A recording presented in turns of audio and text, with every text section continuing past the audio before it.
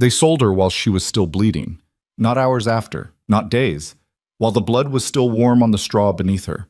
A woman who had just survived something that kills half the women who attempt it. And the men standing around her were already arguing over her price. Her baby was gone, taken before she could count his fingers, before she could learn the color of his eyes, before she could even say his name out loud. And the only person who stepped forward, the only soul in that frozen, God-forsaken settlement, was the man everyone in 3 counties feared most. Drop a comment telling me what city you're watching from.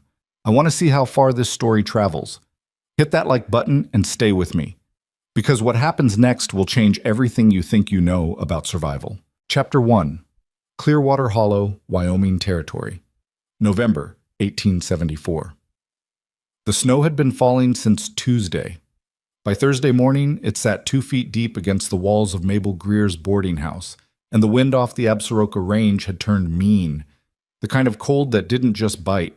It settled, working its way through layers of wool and skin until it found the marrow of your bones and made a home there. Inside the small back room that Mabel rented to travelers who couldn't afford the nicer establishments, which, in Clearwater Hollow, meant anyone who wasn't affiliated with the Harlan Syndicate, a 23-year-old woman named Elira Vance had been laboring since before midnight. She had no husband in the room, no mother, no midwife with clean hands and warm voice.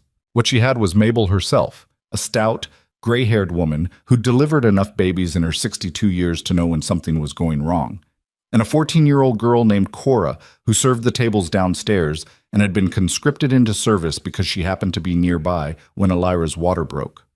"Don't push yet," Mabel said. Her voice was flat with the particular calm of someone who had learned through repetition not to let fear show. "I mean it, Elira. Not yet." "I can't." Elira's voice tore apart mid-sentence. Her hands were white around the iron headboard. Her dark hair was plastered to her face in ropes of sweat, and her gray eyes, her one genuinely striking feature, the kind of pale silver gray that made strangers do a double-take, were wild with something past pain, past fear. Something that lived in the basement of the human mind and only came out when the body truly believed it was dying. "You can," Mabel said. "You're going to, and then it's going to be over, and you're going to breathe." Cora stood near the wall, holding a lantern, her young face the color of old candle wax.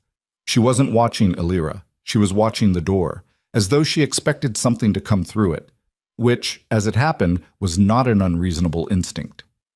That the baby came just before 4 in the morning. He was small, smaller than Mabel liked, but he came into the world breathing and making noise, which was the primary requirement as far as Mabel was concerned. She cleaned him quickly, efficiently, wrapping him in the one clean piece of linen she'd thought to bring. Elira had stopped screaming by then. She lay still against the straw mattress, her chest heaving with the particular exhaustion that has no name because no language has found adequate words for it. The exhaustion of a body that has used every reserve it possesses and is now simply waiting to find out if there is anything left. She turned her head toward the sound. Her baby was crying. Small, jagged, furious little sounds. Mabel was wrapping him, moving toward her. The door opened. Not knocked, opened.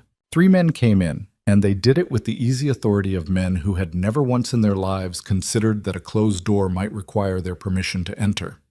The first was Donner Kraus, a wide-shouldered, flat-faced man who ran the trading post at the edge of town and served as the Harlan Syndicate's local representative in all matters commercial and otherwise.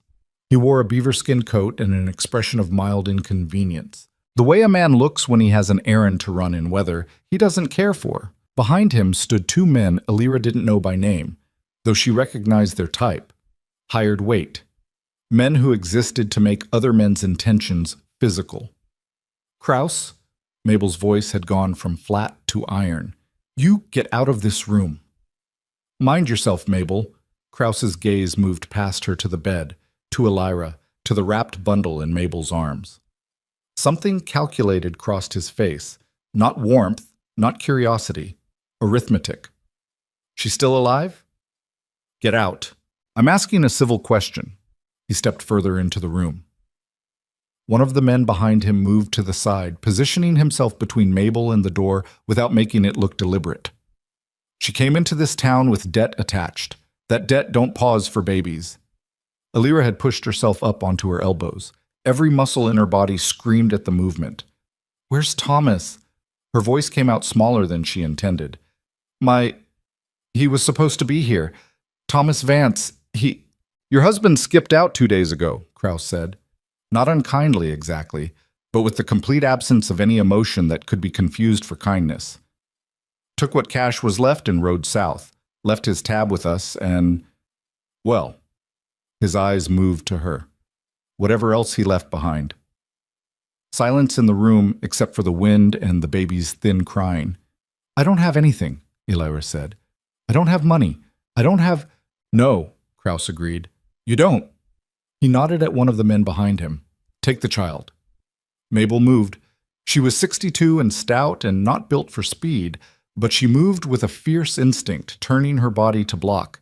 And the second man caught her by the arm and held her still with a kind of practiced bored efficiency, the way you'd hold a door against wind. "Don't you—" Mabel's voice cracked. "That is a newborn child, Donner Kraus. That child is minutes old." "The child is an asset," Kraus said. "Babies fetch a fair price from certain buyers down south. People who can't have their own. It's not what you're making it sound like, Mabel. The baby is better off than— Give him to me." Elira was trying to get up. Her legs were giving out underneath her. She could feel the blood. She was still bleeding, badly, and she knew it. Some clinical part of her brain registering information while the rest of her simply refused to accept any reality in which that bundle was leaving the room without her.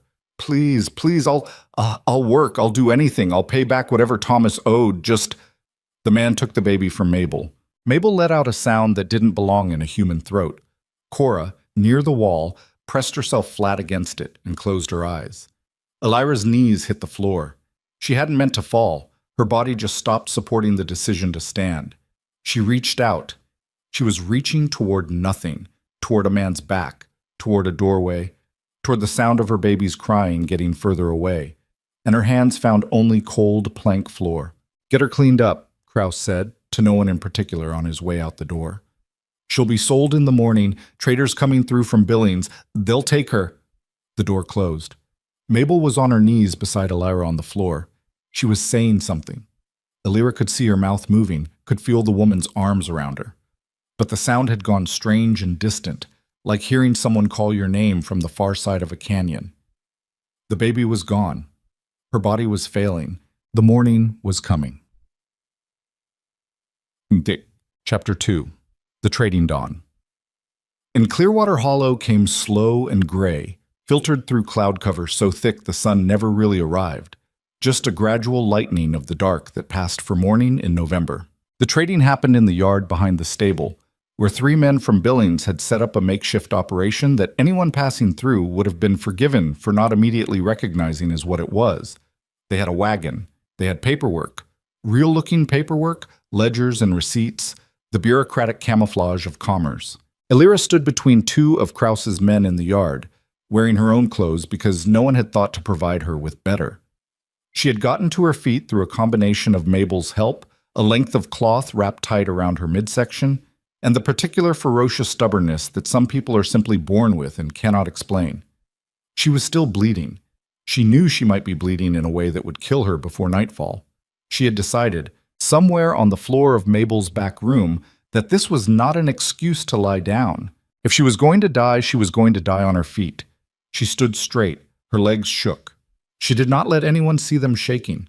There were perhaps 24 people in the yard, and at its edges, the residents of Clearwater Hollow going about their morning or pretending to in the way of small communities everywhere. Watching without watching, knowing without knowing. The collective fiction of people who have learned that seeing things clearly carries costs they cannot afford. Kraus was talking to the lead trader, a lean man named Pell, who had a permanently pleasant expression that Elira had immediately categorized as the most dangerous kind of face, the kind that made violence look reasonable. "She's young," Pell said. He was looking at her the way a man at a livestock auction looks at a horse, measuring, calculating, entirely impersonal. "But she's just whelped. That's a complication." "She's strong," Kraus said. "Look at her. Woman gave birth last night and she's standing in the cold without help. I can see that. Pell walked a slow circle around her. Alira kept her eyes forward. What are you asking? Enough to cover the debt and transport. I'll give you 40. The debt is 60. Then you should have picked a better debtor, Donner. Pell stopped in front of her. He was maybe 3 inches taller than she was, and he had the habit of standing too close, which she suspected was deliberate. 50. Final. Kraus exhaled through his nose, a small, defeated sound. Fine. Somewhere behind her, Alira heard one of the watching townspeople cough. She heard another murmur something to his companion. She heard no one say stop. No one say wait. No one say the obvious thing that all of them had to be thinking, which was that this was happening in the open, in their town, to a woman who had given birth hours ago.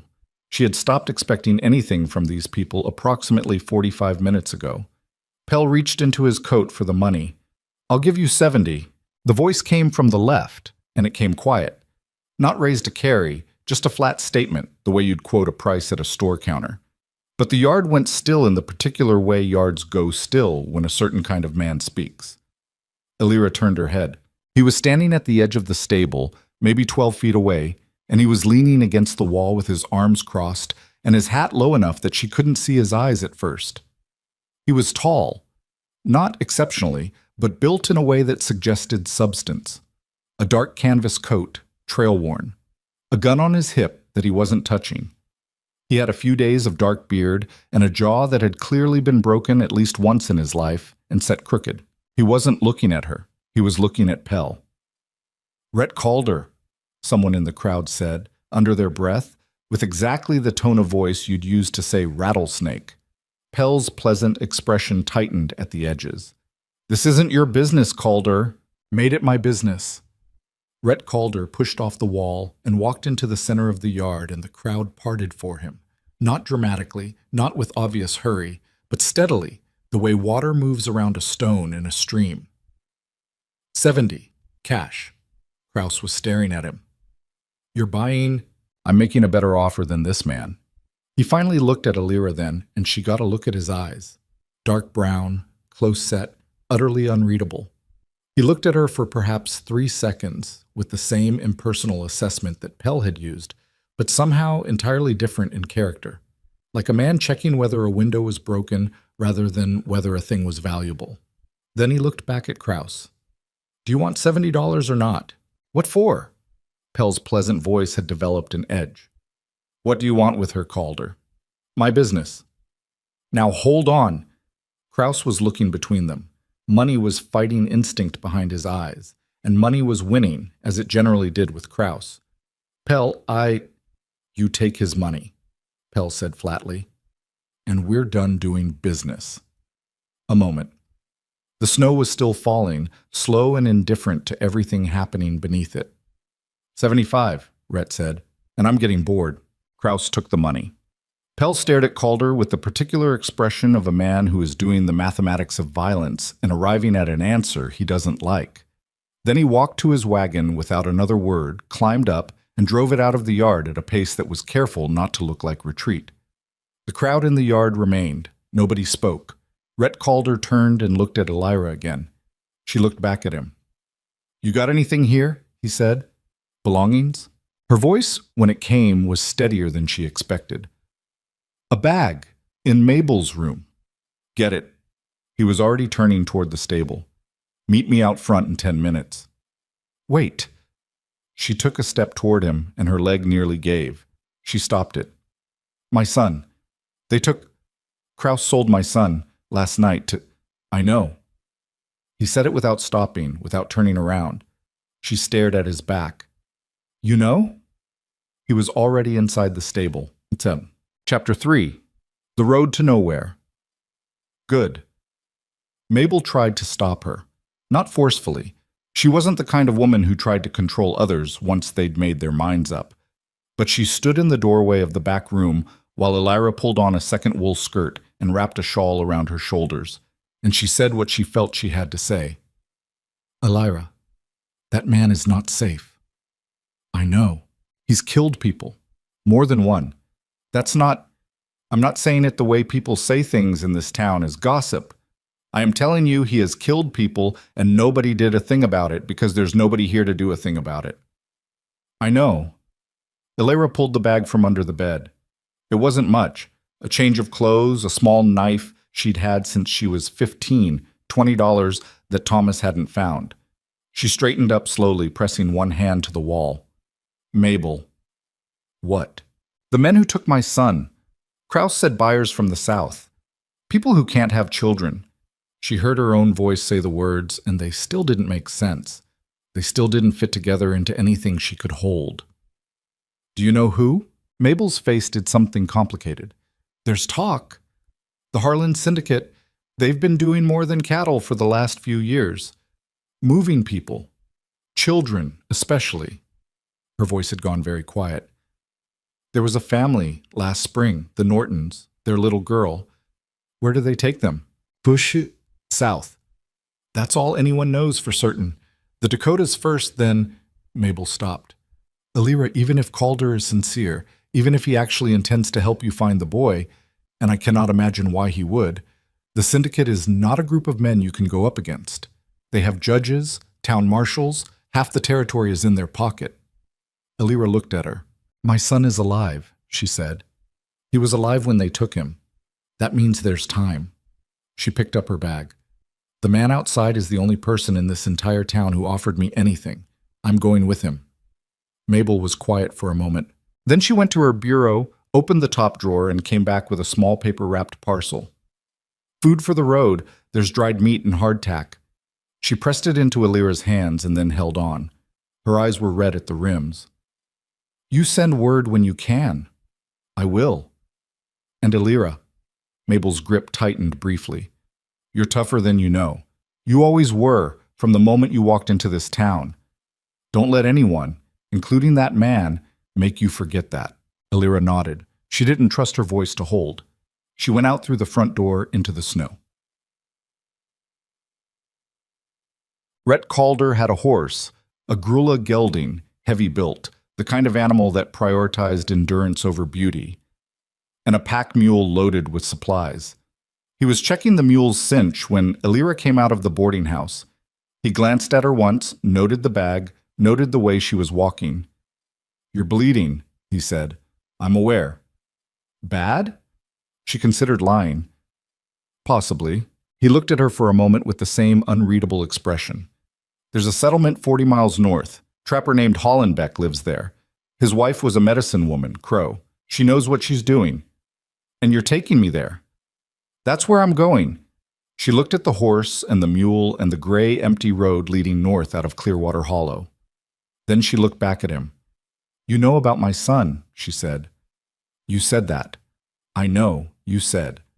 So tell me what you know. He finished with the cinch. He didn't look at her.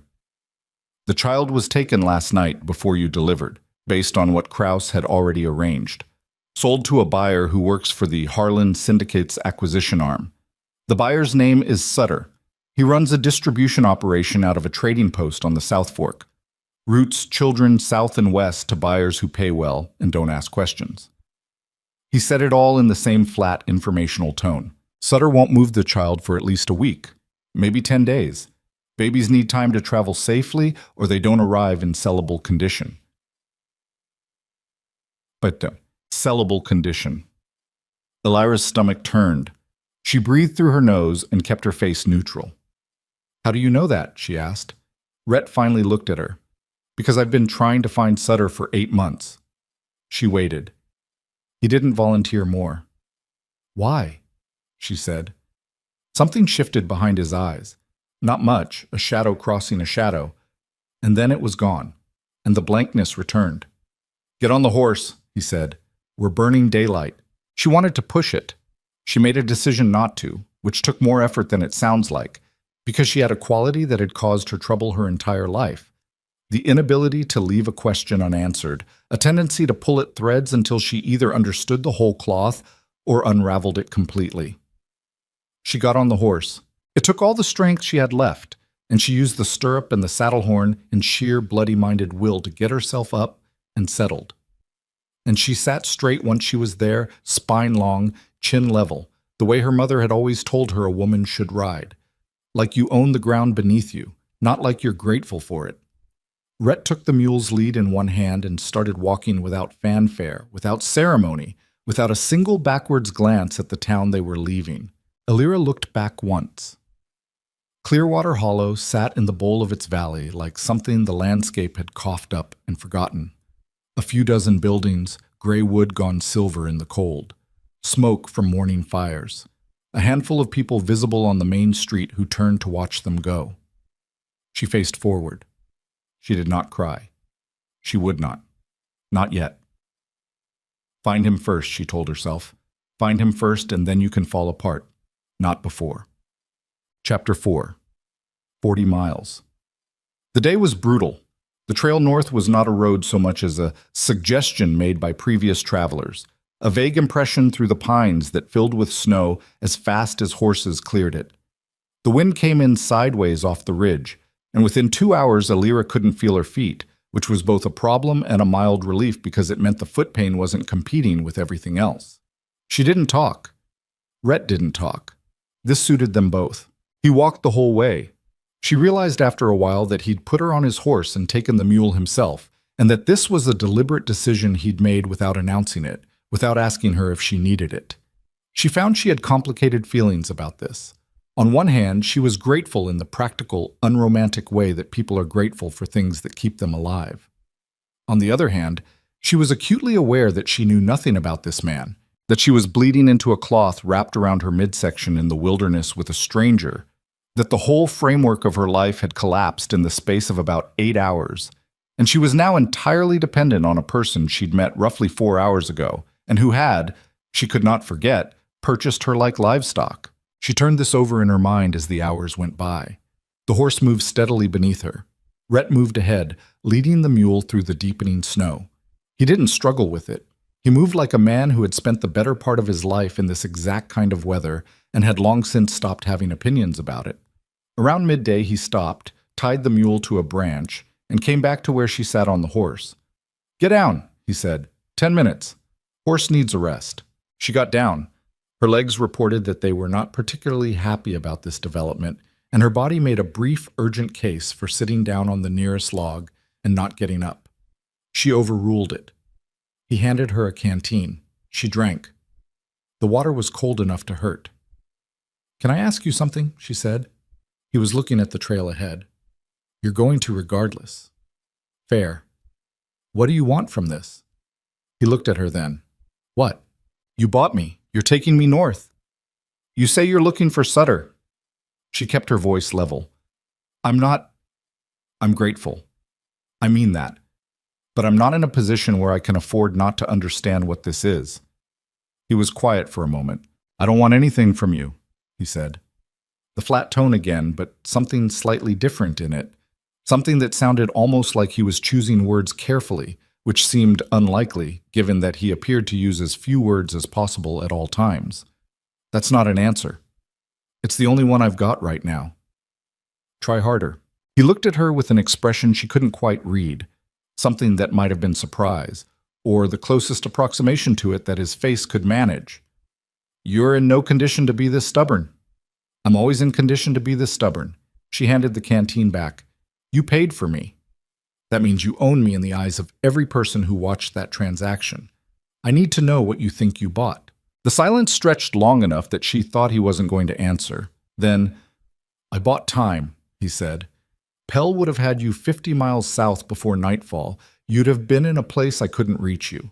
Finding Sutter through you, through what you know about how your boy was taken, the specific men involved, the timing, is faster than the way I've been going about it." It was honest. She appreciated honest more than she appreciated comfortable. "So I'm useful to you," she said. "Yes." "And when you find Sutter?" "That's my business." "My son is at the end of this, Calder. That makes it my business too." He looked at her for a long moment. Something moved through his expression that she couldn't name. "Get back on the horse," he said. "We're burning time." She got back on the horse, but she'd noticed the thing his expression had done, and she filed it away, the way she filed everything away. a habit formed by years of living with a man she couldn't trust, of reading rooms and faces and silences for information that wasn't being volunteered. He wasn't telling her everything. That didn't mean he was lying. The difference mattered. Chapter 5. The Hollenbeck Place. They arrived at dark. The settlement, calling it a settlement was generous. It was 3 structures and a smokehouse, sat in a narrow valley between 2 ridge lines, protected from the worst of the wind by the geography. Light leaked from the largest building's window, a warm amber against the blue-gray dark. Rhett's knock was answered by a man in his 60s, Hollenbeck, Illyra assumed, with a white beard and the permanently squinted expression of someone who'd spent decades in mountain light. He looked at Rhett, then at Illyra, then at the dark stains on Illyra's skirt that the cold and the dark hadn't quite hidden. "Who is she?" he said. "Her name is Illyra," Rhett said. "She delivered last night. She needs Maka." Hollenbeck looked at her more closely. "Last night? And she's been on a horse for—" "I didn't have a choice in the matter," Illyra said, pleasantly. Hollenbeck blinked. Then he stepped back and pulled the door wide. "Maka," he called into the interior. "Got a woman here needs you." The woman who came from the back room was perhaps 40, Crow, with gray in her black hair and hands that moved with the calm efficiency of someone who had managed crises before and had developed a professional relationship with them. She looked at Illyra once, assessed, and said to Hollenbeck in a tone that left no room for argument, "Get the fire up, get water heating, get the men out of this room." The men left the room. Micah sat Illyra down, began unwrapping the cloth around her midsection, and worked in a quiet that was different from Rhett's quiet, purposeful and warm, the silence of someone paying full attention. "Bad?" Illyra asked. "You've been lucky," Maka said, which was not the same as no. "It's slowing. Your body is handling it." She pressed carefully around Illyra's midsection, and Illyra kept her face still through the pain of it. "You'll need to stay still, 2 days at minimum." "I can't. 2 days." Maka looked at her with dark, level eyes. "Or you'll bleed out in the snow on day 3. That won't help your son." Illyra's mouth closed. "Rhett told you." "He told Hollenbeck. Sound carries." Maka continued her work. "How old is he?" "Hours." The word came out rougher than she intended. Maka paused, just for a moment. Her hands, for one brief instant, were still. "Then he's strong," she said. "He made it through, which means he wants to be here." She resumed working. "What's his name?" Illyra opened her mouth. She hadn't named him.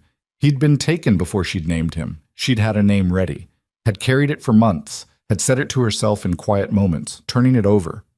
And she hadn't gotten to use it. "Nate," she said. She heard the word and it felt right, felt like something landing where it was supposed to land. "His name is Nate." Maka nodded once, as though this settled something. 2 days, Illyra, she said. Then you can chase the world down. Chapter 6. Night at the Settlement. Later, with the fire built high, and Illyra lying in a bed that smelled of pine and herbs and something faintly smoky, she heard the men talking in the next room. Not arguing. Talking. The low, functional talk of men discussing something concrete. She should sleep. Her body was a chorus of demands. Sleep was the loudest one. She lay still and listened. Sutter's operation, Hollenbeck. I know you've heard things. I've heard plenty.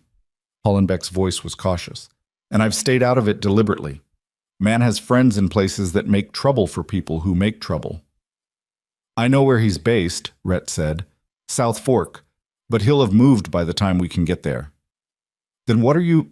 I need the relay point between the South Fork post and wherever he's taking the children south. There's a place... I know there's a stop somewhere in the middle, somewhere they hold the cargo while they arrange the next leg. I need to know where. A long pause. Rhett. Hollenbeck's voice had changed. What happened to you happened a long time ago, and I understood why you did what you did after, but this... Tell me where the relay point is. Another pause. Longer. I've heard it's near Bitter Creek, Hollenbeck said, finally. Old fort the trappers used to use.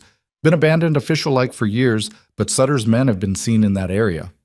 A creak of chair. But, Rhett, if you go in there without backup, I'll have what I need. Elira lay in the dark and turned this over. What happened to you happened a long time ago. She didn't know what that meant. She was fairly sure she would find out, eventually, whether she wanted to or not. She closed her eyes. Sleep took her faster than she expected, dragged her down into somewhere deep and dreamless, the way extreme exhaustion can be its own mercy. And her last conscious thought was not of Thomas, who had left her, or of Clearwater Hollow, which had watched her sold in its yard, or of the cold or the blood, or the endless gray sky. It was of Nate, his voice, those small furious sounds in the minutes before he was taken. The way a person can know someone for only minutes and still be entirely certain they would set the world on fire for them. 2 days, she thought, and then she slept. Whoa. Chapter 7. Morning and Truth. She woke to gray light and the smell of wood smoke and something being cooked. Salt pork, she thought, and her body's response to this information was embarrassingly immediate. She sat up slowly. Everything hurt. But it was organized hurt, the kind with a source and a reason, not the diffuse, terrifying wrongness of the night before. The bleeding had slowed significantly. Maka had left clean cloth on the chair beside the bed, and Elira changed herself and dressed with methodical care. She came out into the main room. Rhett was at the table, eating. He looked up when she came in, assessed, and returned to his food. Maka was at the fire. Hollenbeck was nowhere visible. "Sit," Maka said. "Eat." Elira sat. Food appeared in front of her, and she ate it without ceremony or conversation, because her body had opinions about priorities, and they did not include small talk. When she'd finished, she wrapped both hands around a tin cup of something hot that wasn't quite coffee and looked at Rhett. "Bitter Creek," she said. He looked up. "Sound carries," she said. "You mentioned it last night." His jaw tightened briefly, then released. "Yeah." "Is that where we're going?" "It's where I'm going. My son is there. If Hollenbeck's information is right, which isn't certain, then it's where we're both going." She watched his face. "I know what you're thinking, that I'll slow you down, that I'm a liability." She set down the cup. "You're wrong. I know these men, Kraus, the men who work for him, better than you do. I know what they told Thomas, what they offered him, the arrangement they had. I know things you don't have. You've been in this territory for what, 3 months? 4. And I've been married to a man who owed money to half the criminals between here and the Dakotas. You pick things up." She kept her eyes steady on him. "I'm not asking you to carry me. I'm asking you to let me come." Rhett looked at his coffee cup, then at his hands, then at her. 2 days, he said, like Maka said. She started to object. 2 days won't lose it, he said. Sutter holds the cargo for a week minimum. I told you that. We've got time if we don't waste it. He pushed back from the table. You rest. I'm going to talk to Hollenbeck about the layout of that fort. He left the room. Elira watched him go. Maka sat down across from her with her own cup.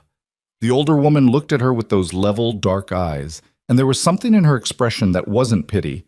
Elira would have recognized pity and resented it, but something more like recognition, like looking at a reflection you've seen before. He found a boy once, Maka said quietly, 3 years ago, traveling through here after one of Sutter's operations. A child, maybe 4 years old, left behind when things went wrong.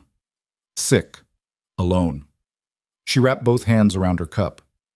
Rhett brought him here, stayed with him until he was well, spent 2 months trying to find where the boy had come from, who his people were. Elira waited. He found them, Maka said. The family. Way down in Colorado. Brought the boy back. She paused. But he'd seen enough by then. What Sutter did. What happened to the ones who didn't get left behind. Her voice was even and careful, the way you carry something fragile. He's been looking for Sutter since. 8 months, like he said. Elira sat with this. He told me it was because I was useful, she said. Information. That's probably partly true. Maka looked at her cup. Rhett doesn't do things for simple reasons. He also doesn't explain himself. I noticed. You pushed him yesterday, on the trail. Maka's eyes came up. He told Hollenbeck about it this morning. He was... She paused again, choosing her word. Surprised, I think, that you pushed. A small sound that might have been amusement. Most people don't. Elira looked toward the door Rhett had gone through. Useful is fine, she said. I'm useful. That's a transaction I understand. She picked up her cup again. I just needed to know it wasn't something else. Maka nodded, once, slowly, with the look of someone who understood exactly what something else meant and why it mattered that it not be that. Outside, the snow had stopped. In the pine branches above the settlement, something, a bird, a raven, maybe, called once, sharp and clear, and then went silent. Elira drank her coffee. 2 days. Nate was out there somewhere, warm and breathing and waiting.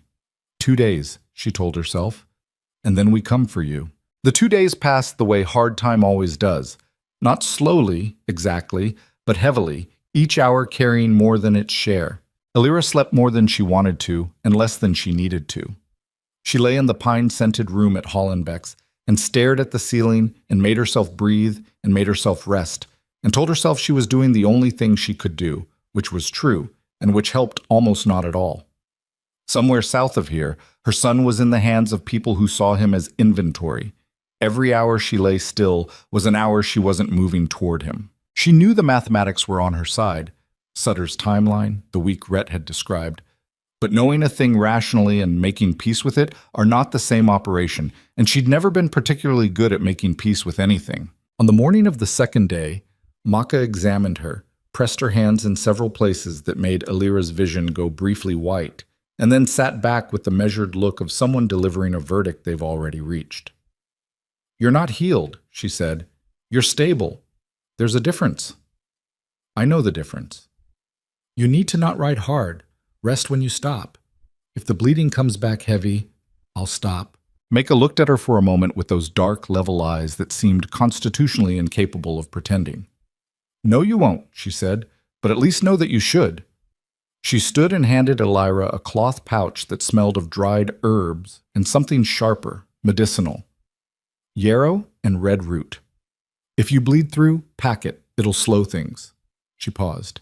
It's not a cure. It's time. Time is what I need. Time is what we all need, Maka said, which wasn't quite agreement, but was the closest she appeared willing to get. Rhett was in the yard when Elira came out with her bag.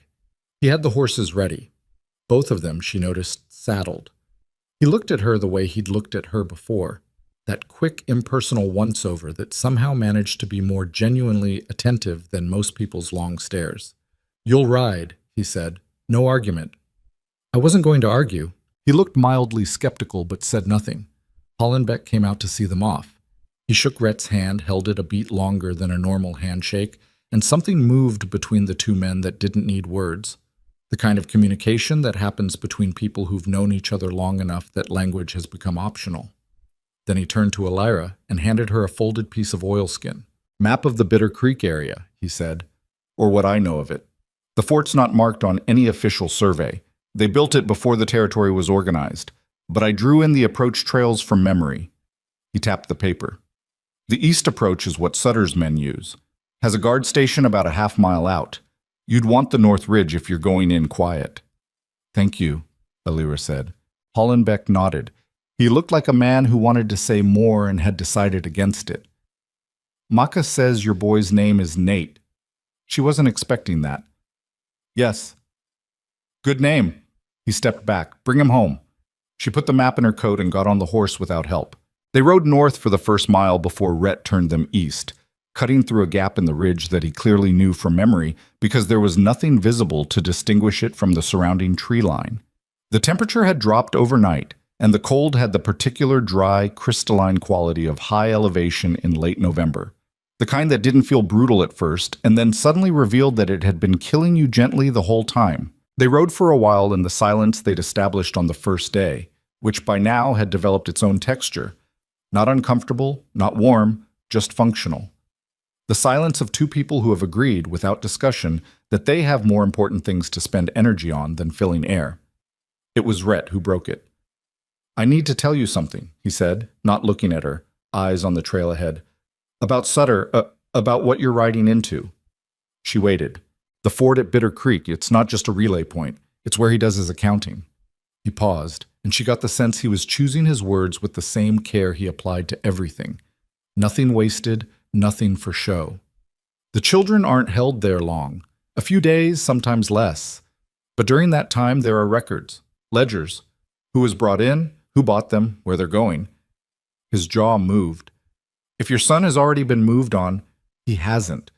Elira, the timeline you gave me. He hasn't been moved. She said it with a certainty that was more decision than knowledge, because sometimes you have to commit to a thing before the evidence catches up.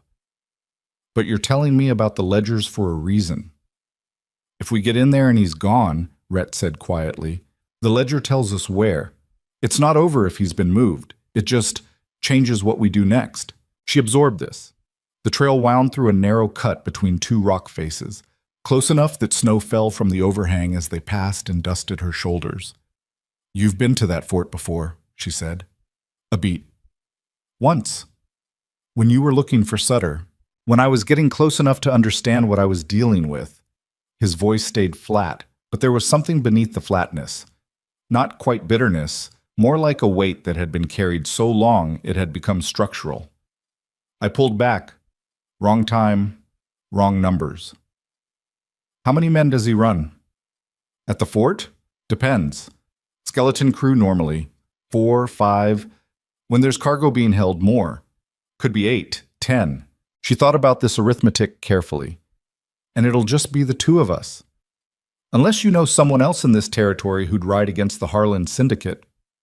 She didn't. She very much did not. I can shoot, she said. He looked at her sideways. I grew up in eastern Ohio, she said. My father had a farm and 2 daughters and no sons and a very pragmatic attitude about it. I've been shooting since I was 10. She paused. I'm not good at everything. I'm good at that. He returned his eyes to the trail. What can't you do? The question surprised her slightly. Ride like you do. Track. Build a fire in the wet. She thought about it honestly. I don't know this country, the landscape, the weather patterns. You have 20 years of knowledge I don't have. Fair. Is that enough for you to let me in on this? He was quiet for longer than she liked. You're already in on it. You don't have anywhere else to be. He shifted the mule's lead to his other hand. The question isn't whether I let you in, it's whether we can work together without getting each other killed. I follow direction when the direction makes sense. And when it doesn't, then I tell you it doesn't make sense, and we figure something out. She looked at his profile. I'm not going to pretend to be obedient to make you more comfortable, but I'm also not reckless. I have a son to find. Reckless doesn't serve him. Another long pause. Okay, Rhett said. Just that. Okay. Like she'd passed some test she hadn't known she was taking. They rode on. The day wore toward afternoon, the light going thin and slanted through the pines. They stopped at a frozen creek to water the horses, and Elira got down carefully and stood for a moment with her hand pressed flat against her horse's warm neck, just breathing, letting the specific, uncomplicated warmth of the animal steady something in her chest that had been shaking loose all day. The horse turned its head and exhaled through its nose against her arm, which she found unreasonably comforting. Rhett was crouched at the creek's edge, checking the ice thickness before letting the horses near it. He moved with a particular economy that she'd been cataloging without entirely meaning to.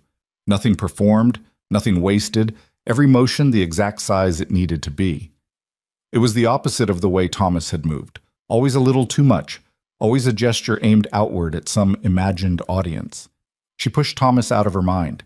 He'd had his moment in the story and spent it badly, and she had no more use for him as a subject of thought. Can I ask you something? She said. He looked up from the ice. What Hollenbeck said the other night. What happened to you? What did he mean? The creek moved sluggishly under its skin of ice. Somewhere in the trees, wind moved through the upper branches without reaching the ground. Rhett stood up. He was quiet for long enough that she expected him to deflect, to do the same thing he'd done on the trail the first day, give her a flat my business and move on. And she'd decided she'd accept that if he did, because she'd extracted everything she strictly needed and the rest was his to keep. I had a daughter, he said. The creek, the wind, the horses shifting. She was 2. He said it looking at the ice, not at her. Her mother, we weren't married. She passed the winter Lily was born. So it was just the two of us, on the ranch. He stopped, started again, slower. I came back from a supply run to Billings. 3 days. I'd left Lily with a woman in the nearest settlement, a family I trusted. His voice hadn't changed in pitch or speed, but there was something in it now like a room from which all the air has been removed. She was gone when I came back. The woman, she didn't know anything, or said she didn't. Lily was just gone. A brief pause. That was 4 years ago. A brief pause. That was 4. Elira stood very still. Sutter, she said. I didn't know that name for 2 years, but yes. He turned from the creek and looked at her then, and his face was exactly as unreadable as always, which she now understood was not the absence of feeling, but the architecture of a man who'd had to build walls in specific places to remain functional. She'd be 6 now. Have you found any? No. Flat and final. No trace. Nothing in any ledger I've gotten access to. Which is why the fort matters. He walked to his horse. The fort's records go back years. Everything Sutter moved. If Lily was... He stopped, adjusted the bridle with more precision than it required. If there's anything, it'll be there. She understood now what this was, what it had always been. Not just information, not just utility. This was a man who had been spending 4 years looking for a splinter of hope in the dark, and she had arrived in Clearwater Hollow at the exact moment when he finally had a reason to go through that fort's front door. She was his leverage, he was her pathway. That was the honest shape of it. She should have found this purely transactional. She did find it transactional.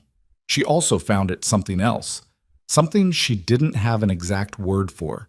The feeling of recognizing in another person a specific flavor of grief that you understand on a cellular level because you're currently living inside your own version of it. She got back on the horse without saying anything, because there was nothing to say that would be worth the saying. After a moment, Rhett mounted and they rode on. They made camp that evening in a stand of spruce that blocked the worst of the wind, and Rhett built a fire with the efficiency of someone who'd been doing it in wet cold for decades. Not a big fire. Nothing that would carry far, just enough to be useful. He cooked salt pork and hardtack without ceremony, and they ate beside the small fire in a silence that had shifted again, taken on a new quality. Not comfortable, exactly, but honest. The silence of people who have told each other real things and not yet figured out what to do with them. The approach, Elira said when she'd finished eating. She had the oilskin map spread across her knee, tilted toward the firelight. Hollenbeck said North Ridge for the quiet way in. Rhett leaned over to look. He pointed with one finger. Here. This gap. It's a longer approach. Adds 2 hours. But it puts us above the fort, which is where you want to be. When do we arrive? We'll camp about 6 miles out tomorrow night. Go in the following morning, early. He looked at her. Before dawn. When the night crew is at its worst and the day crew isn't alert yet. How do we find Nate in there? She kept her voice even. We can't exactly ask at the door. There'll be a holding area. Fort has an old storehouse on the east side. That's where I saw them keeping children when I was there before. He tapped the map. Secondary objective is the records room, which I believe is the main building, ground floor. He paused. We can't do both simultaneously. Yes, we can, she said. He looked at her. You're better at dealing with men who want to kill you, she said. I'll find Nate. You get to the records. She held his gaze. I know what my son looks like and sounds like. You don't. And you know how to handle what's going to happen when they realize someone is inside their fort. I don't. She folded the map. Division of labor. He looked at her for a long moment. The fire made small sounds between them. You'd be going in alone, he said. Yes. If something goes wrong, then something goes wrong. She tucked the map back into her coat. Rhett, I was sold in a yard 2 days after giving birth. Something already went wrong. I'm past waiting for conditions to be ideal. He looked at the fire. Don't get creative, he said finally. In and out. You find the boy, you get out. You don't engage anyone unless you have to. Agreed. If the holding area is empty, then I find the records room. She looked at him steadily. I'm not going to fall apart on you. I need you to believe that." He met her eyes. "I believe it," he said, and the absence of any caveat, any qualification, any measurable hesitation that was worth more to her than a long speech would have been. She lay down with her coat over her and the hard ground under her back and the fire burning low nearby, and she looked at the dark shape of the spruce branches against the night sky and thought about the distance between here and a storehouse at an abandoned fort near Bitter Creek, and the small, warm weight of a child she'd held for approximately 4 minutes before he was taken from her arms. She thought about what Maka had said. He made it through, which means he wants to be here. She held on to that. She closed her eyes, and the fire crackled, and somewhere on the other side of it, Rhett Calder lay in the cold and quiet, carrying his own load of 4 years, and neither of them slept particularly well, but both of them slept, which was, under the circumstances, exactly enough.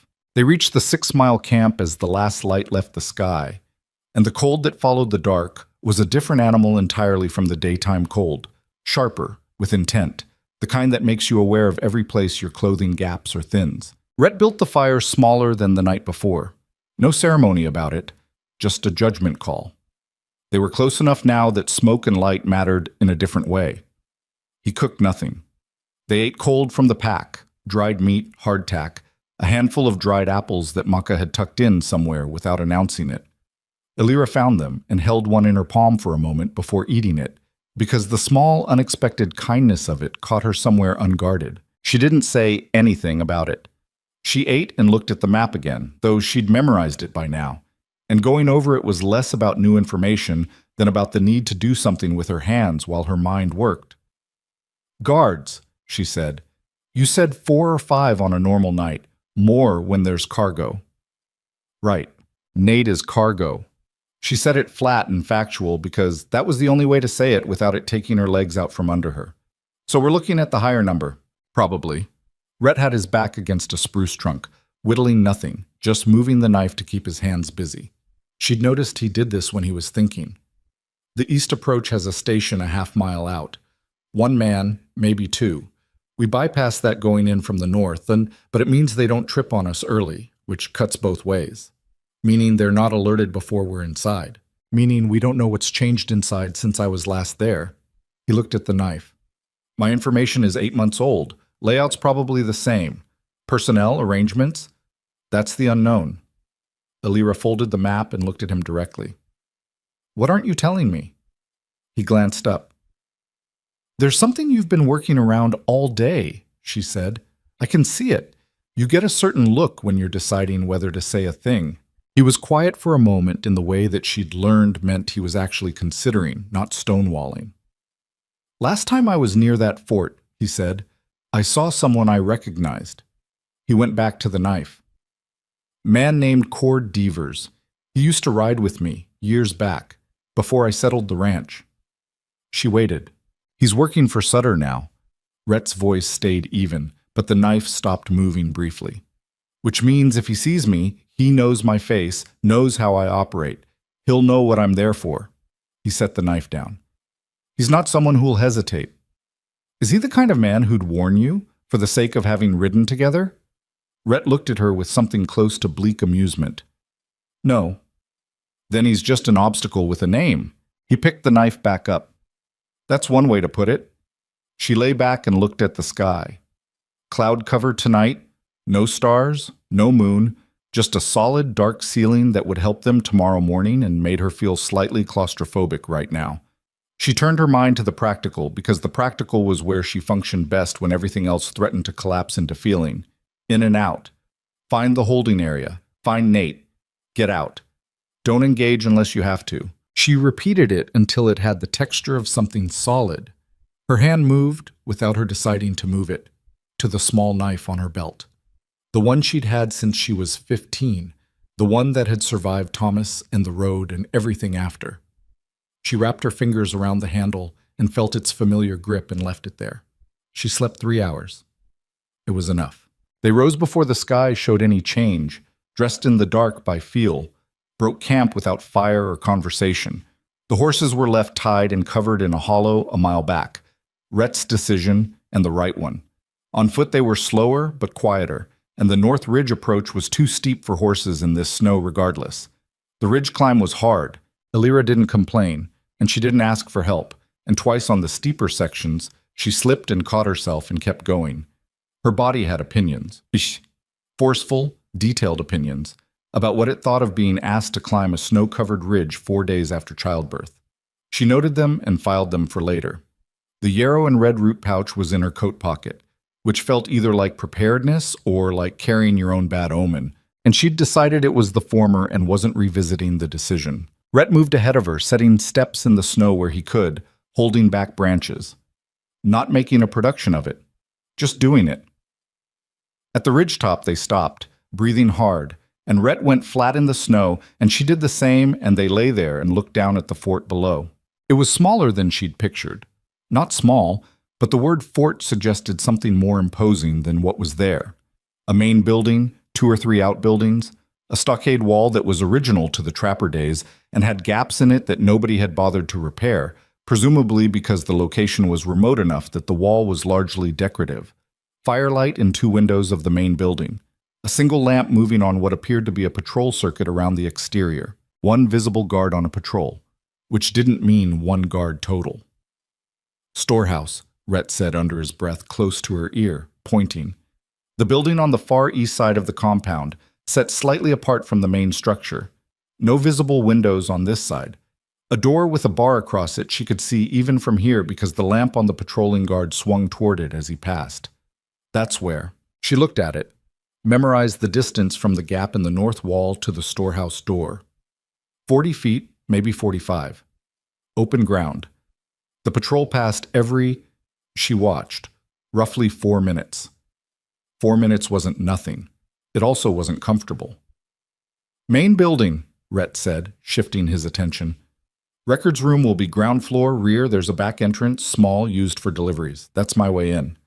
When do we go? He looked at the patrol, looked at the sky. 20 minutes. Patrol gets lazier as it gets closer to shift change. And that man, he indicated the walking lamp, has been taking longer on the south side every circuit. He's cold. He's standing near the south wall where the wind breaks. He's buying himself an extra 2 minutes of shelter every pass. She'd noticed it too. So we go when he's at the south wall. They lay in the snow and waited. The cold worked on her steadily. She focused on the storehouse door, on the bar across it, on the math of 45 feet. She thought about what sound a 6-day-old baby makes in a cold room, whether he was warm enough, whether someone inside had the basic human capacity to keep an infant alive even while treating him as merchandise. She didn't let herself go further than that. Rhett touched her arm. The patrol was moving south, slowing, drifting toward the shelter of the south wall. They went. The gap in the stockade was exactly where Hollenbeck's map had marked it, which made Elira feel a rush of gratitude toward the old trapper and his careful memory. They came through it in single file, crouched low, moving on the frozen ground that was quieter than the snow had been on the ridge. The cold had turned the surface to something between ice and hardpack, and it was treacherous underfoot but blessedly muffled. At the corner of the nearest outbuilding, Rhett stopped them with a hand gesture. Listened. The lamp was out of sight, south wall, as predicted. He looked at her. She nodded. He went right, angling toward the back of the main building, keeping low and close to the structures. Within seconds, the dark swallowed him. She went for the storehouse. The 45 feet felt like a mile.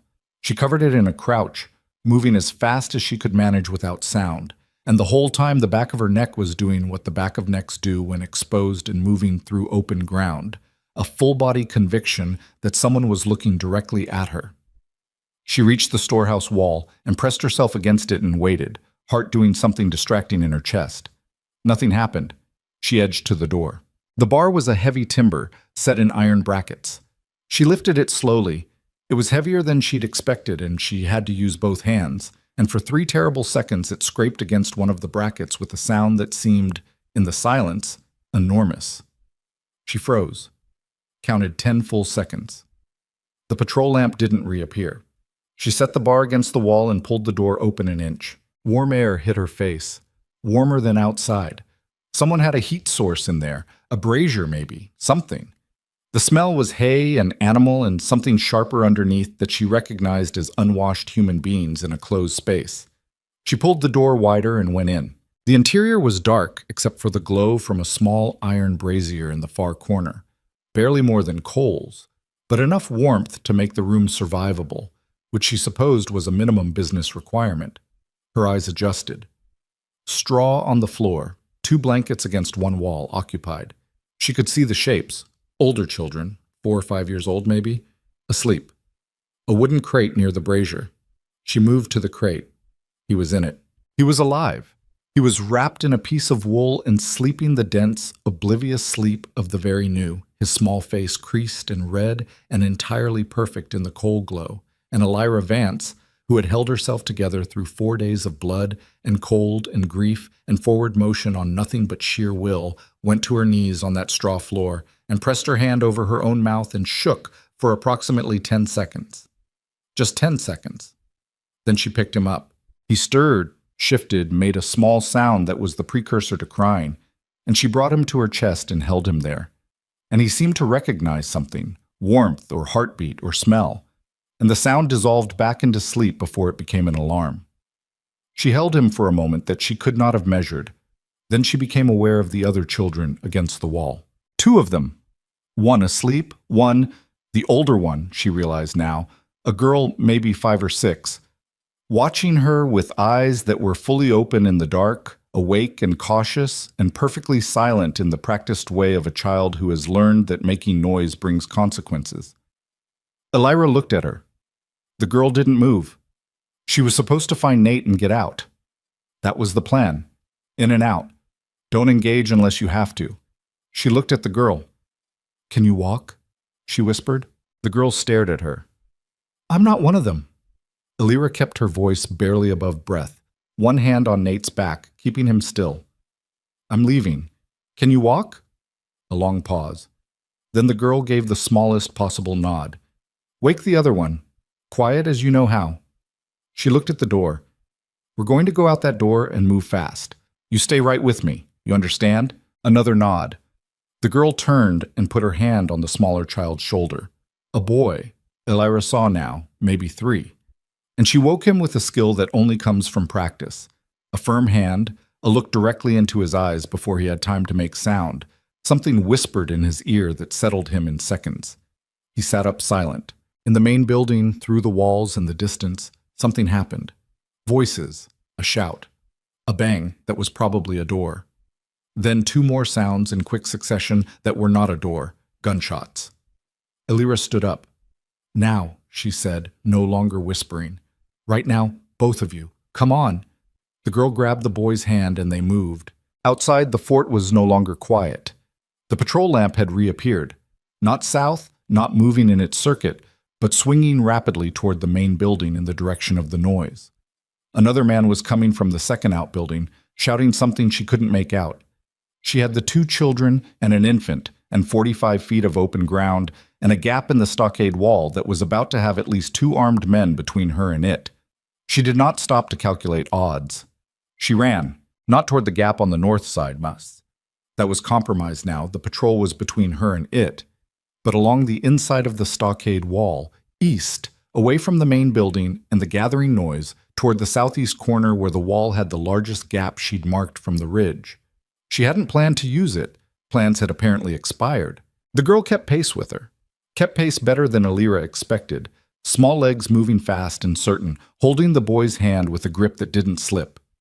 Elira had Nate against her chest with both arms, running in the half-dark along the wall, and she could hear behind her the sounds of the fort waking up into something that was not yet organized chaos but was headed there with conviction. The southeast gap was larger than the north one, old timber fallen away from the base, and she went through it sideways and came out into the open dark outside the fort and didn't stop. The ridge was behind her and to the left. The horses were a mile back.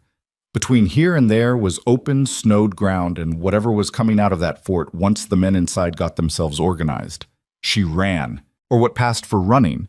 It was more of a controlled fall forward, one arm locked around Nate, the other hand grabbing the girl's free hand because the terrain was rough, and she wasn't going to lose these children to a snow-covered gully at this stage.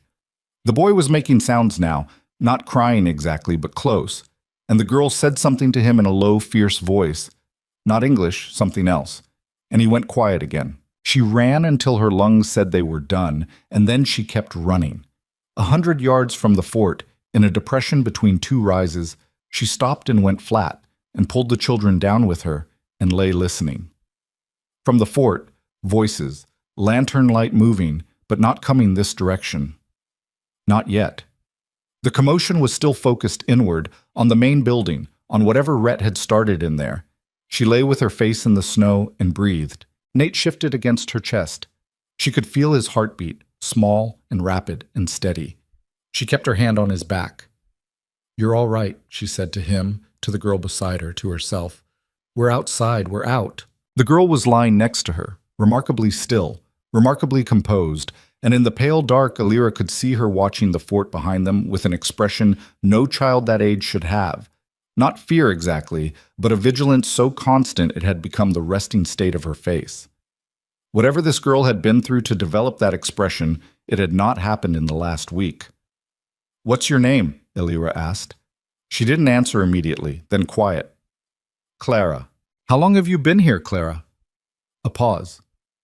"I don't know. Long time." Alira looked at her, at the boy on Clara's other side. "Is he yours? Your brother?" "Yes." "What's his name?" "Eli." Eli. Alira almost said it, almost noted the coincidence of the names, but the timing seemed wrong, and also the universe had never particularly cared about the poetry of coincidence, so she let it sit. From the direction of the fort, 2 more gunshots. Then silence. Then silence for long enough that Alira started to feel it differently. Not as relief, but as a new kind of worry. Rhett should be coming. He'd go to the storehouse, find it empty, know she'd gotten out. He'd follow the tracks in the snow if he had to. The fresh marks of her run across the open ground were visible even in this dark. She watched the way she'd come. The dark sat still for a long, stretched minute. Then a shape came through it, moving fast, not running, but close, and she recognized the silhouette and the gait before she could see any detail. She let out a breath. Rhett dropped down beside her in the hollow. His coat was torn at the shoulder. He had something tucked under one arm. A ledger, thick and dark-covered, and a look on his face that was the closest she'd yet seen to something cracked open. He saw Nate first, then he looked at her face. Neither of them said anything for a moment. "The records?" she asked. He held up the ledger. "Devers?" "Not a problem anymore." He said it without weight, without detail, and she didn't ask him to expand on it. She looked at Clara and Eli, who were watching Rhett with the wary stillness of children assessing an unfamiliar adult. He looked back at them, and something moved through his expression, something quick and bleak that he got under control almost immediately. "Yours?" he said to Elira, meaning was she taking responsibility for them? "Yes," she said. She hadn't decided it until she said it. He nodded, no argument. He looked at the fort. "They'll organize in another 10 minutes. We need distance." She stood. Clara stood. Elira took Eli by the hand on one side and Rhett took the boy's other hand without ceremony, and they went north through the dark toward the horses, moving as fast as 4 people. One of them, an infant, one of them 3 years old, could reasonably move across frozen Wyoming ground before dawn. It was not fast enough to be comfortable. It was fast enough to matter. They reached the horses before the fort fully woke up. Rhett untied them with hands that moved faster than his face suggested anything urgent was happening, and he lifted Eli onto the saddle of the pack horse before the boy had time to object, which would have been the wrong moment for an objection. Clara climbed up behind without being asked. Elira was already mounted with Nate against her chest, one arm locked around him, the other hand on the reins, and she looked at Rhett, and he looked at her, and they went north at a pace that the terrain barely allowed and the situation absolutely demanded. Behind them, maybe a mile back, she could see lantern light moving at the fort's east entrance. Organized now. Not running yet, but deliberate. And deliberate men with horses and a direction were not nothing. Rhett rode ahead, reading the ground, picking the line through the dark with the instinct of someone who'd been doing it long enough that it had become reflex. He cut east when she expected north, then north when she expected east, threading them through a series of shallow draws that weren't on Hollenbeck's map and that she suspected existed in Rhett's memory the way all the important things in his life appeared to exist there, quietly, without announcement, available when needed. She focused on the riding, on keeping Nate steady, on the sound of the horses behind her carrying the children. Clara was riding well, better than Alira had expected from a 5-year-old, though she was beginning to recalibrate her expectations of Clara generally. Eli had both hands in the mane of the pack horse, and his eyes were wide and his mouth was pressed into a line that was either terror or excitement, and she suspected it was both, the way it usually is at 3 years old when the distinction hasn't fully developed. They rode for 2 hours before Rhett slowed them to a walk. He came back alongside her and looked behind them, both of them looking, both scanning the dark for moving lights. And there was nothing. The draws had done their work. Whatever men had come out of the fort, they'd either gone the wrong direction or decided in the cold pre-dawn darkness that the value of the pursuit didn't outweigh the misery of it. "We lost them," she said. "For now." He kept his eyes on the dark. "They'll regroup at daylight and pick up the trail. We need distance, not rest." "How far to Hollenbeck's?" "The way we need to go to stay off the main routes. 2 days." He looked at her, at Nate. "There's a line shack about 3 hours north, abandoned. We stop there, get the children warm, eat something, move again by noon." She nodded. He fell back to check on Clara and Eli, and she heard him speaking to them in a low, plain voice. Not baby talk, not the particular condescension that many adults had aimed at children, just the same direct economy he used with everyone, scaled down in volume. She heard Clara answer him in that careful, watchful way she had, and heard Eli ask a question about whether the pack horse had a name. "Doesn't have one," Rhett said. A pause. "Why not?" "Never needed one." "He probably wants one," Eli said, with great confidence. There was a brief silence that might have contained Rhett working out how to respond to this. "What would you call him?" Eli considered it with the seriousness the question deserved. "Brown," he said finally. Another pause. "His name is Brown," Rhett confirmed, and moved back up to the front. Alira's mouth did something that wasn't quite a smile, but was in the neighborhood. The line shack was exactly what it sounded like. 1 room, dirt floor, a small iron stove that Rhett had going in under 10 minutes with wood stacked against the outside wall by whoever had last used it, and no other virtues to speak of. But it was out of the wind and it held heat, and Alira sat against the wall with Nate at her chest and let the warmth work on her and felt about 4 separate parts of her body lodge formal complaints about the last several hours that she promised to address eventually. Clara and Eli ate without talking, which told her how tired they were. Eli fell asleep sitting up, mid-chew, in the matter-of-fact way of very young children, and Clara lowered him carefully to the floor and put her own coat over him and sat against the wall with her knees pulled up, watching the stove. Rhett was at the stove, his back to the room, and for a while the only sound was the fire and the wind outside and Nate's small breathing. "You went back," Alira said. Not an accusation, just something she'd been turning over. He looked at her over his shoulder. "After the main building," she said. "There was time between the shots I heard and when you came through the dark. You went back for something." He was quiet for a moment. "There was a man in the records room." "Devers." "He wasn't. I didn't go there looking for that." He turned back to the stove, adjusted the damper. "He was going to get to the ledger before me. Burn it." A pause. "He knew what it was worth." She waited. "He made a choice," Rhett said. Flat. Final. "Not a good one." She sat with that. This was the part of the story that didn't get cleaned up, she understood. The part that lives in the unlit corner, and that you know is there, and that you build the rest of your life around without ever quite looking directly at.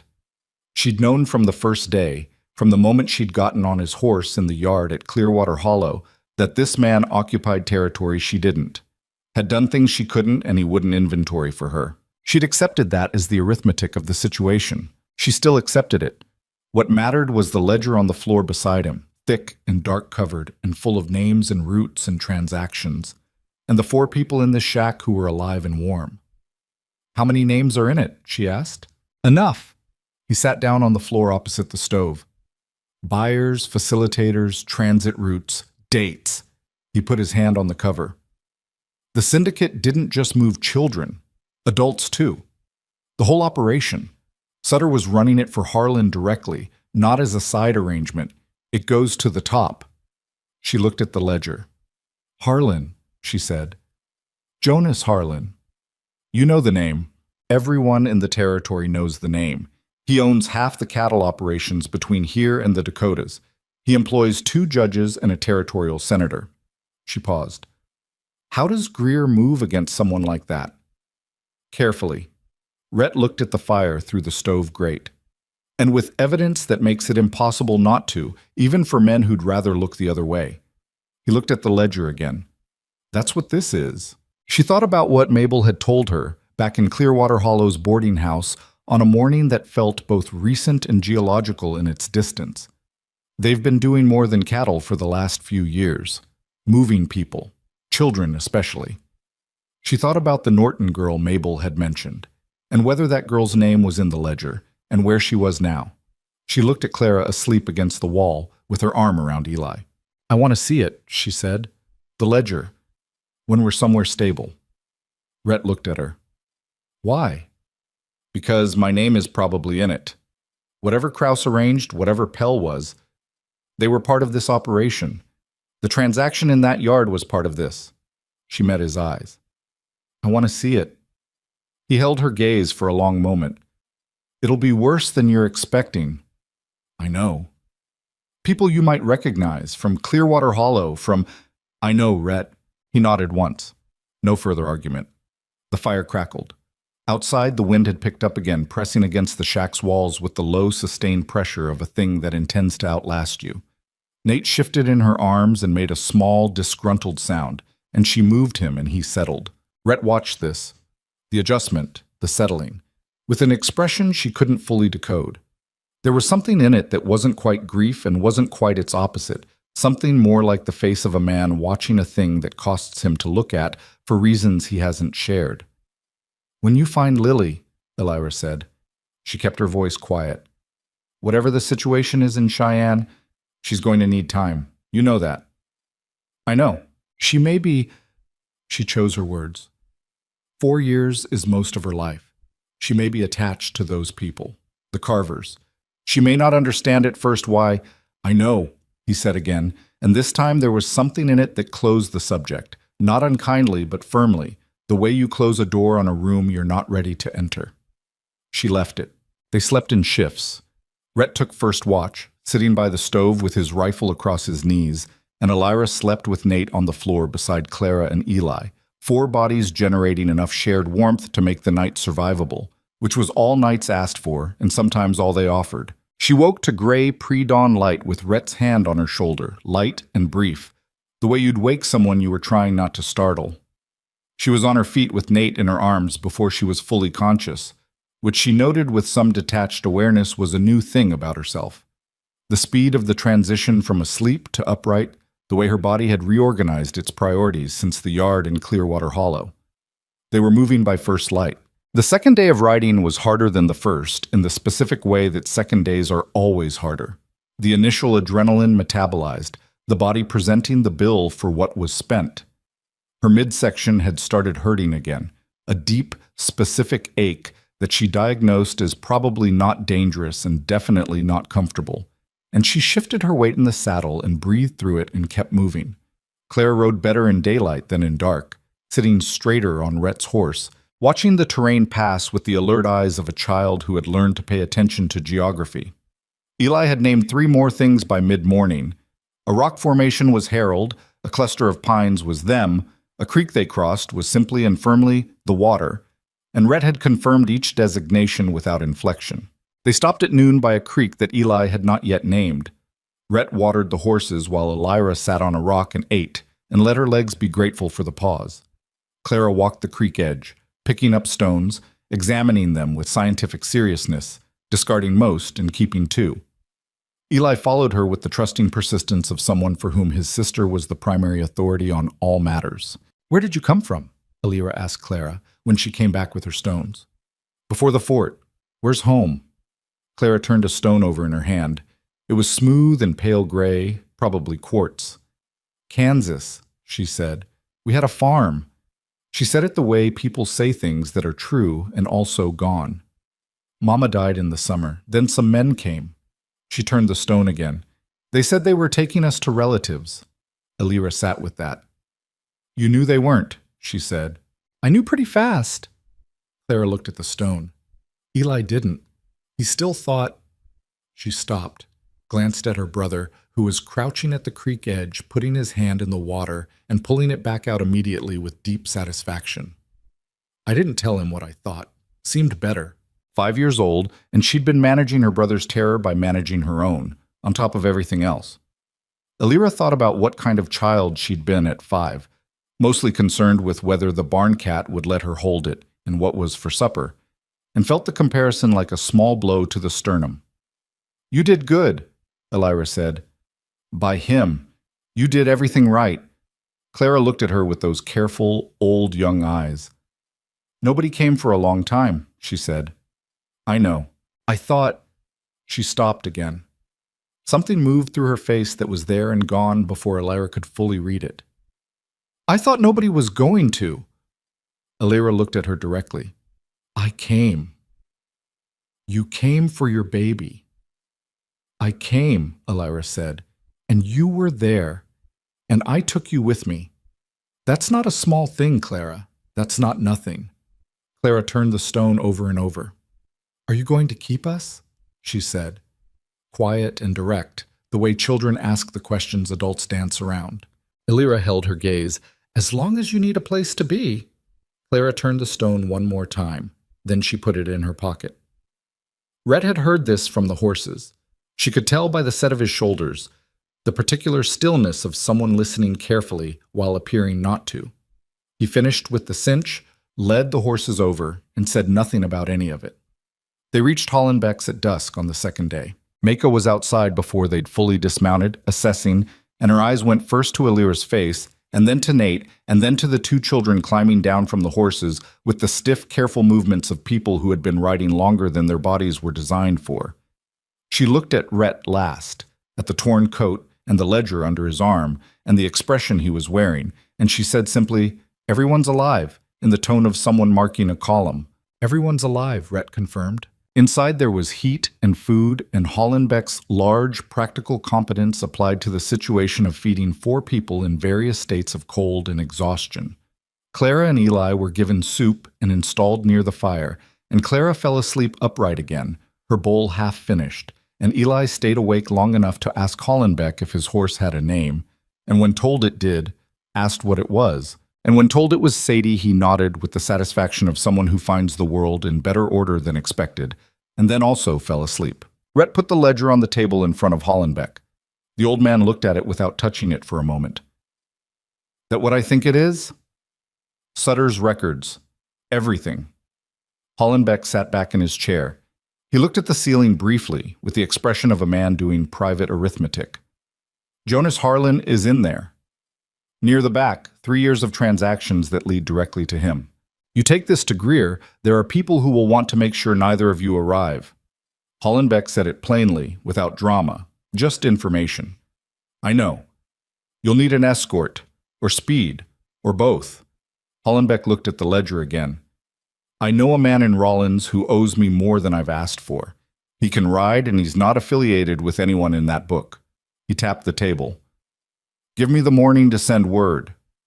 Rhett looked at Elira across the table. She looked back at him. The morning, she said. She found him later outside, standing at the corral fence looking at the dark. She'd settled Nate with Maka, who had taken the baby with the efficient tenderness of someone who'd been waiting for the chance. And the night was cold but still, the wind dropped, the stars doing what stars did, which was exist with complete indifference and considerable beauty. She stood beside him at the fence. I looked at it, she said. She'd taken the ledger into the back room for an hour while the children slept. She'd kept her word to herself, and she'd read what was in it. My name is in there. The transaction from Clearwater Hollow. Kraus, Pell, the amounts, the dates. She looked at the fence post. 3 other women from the Hollow in the last 2 years, names I recognize. She paused. The Norton girl Mabel told me about. She's listed too. Rhett was quiet. I found her, Elira said. A buyer in Colorado. A family name. Her voice was steady, but it cost something to keep it that way. She's 5 now. If the situation is what the ledger suggests, people who couldn't have children, people who paid for the appearance of something legitimate, she may be in a household that's not. She may not be in danger.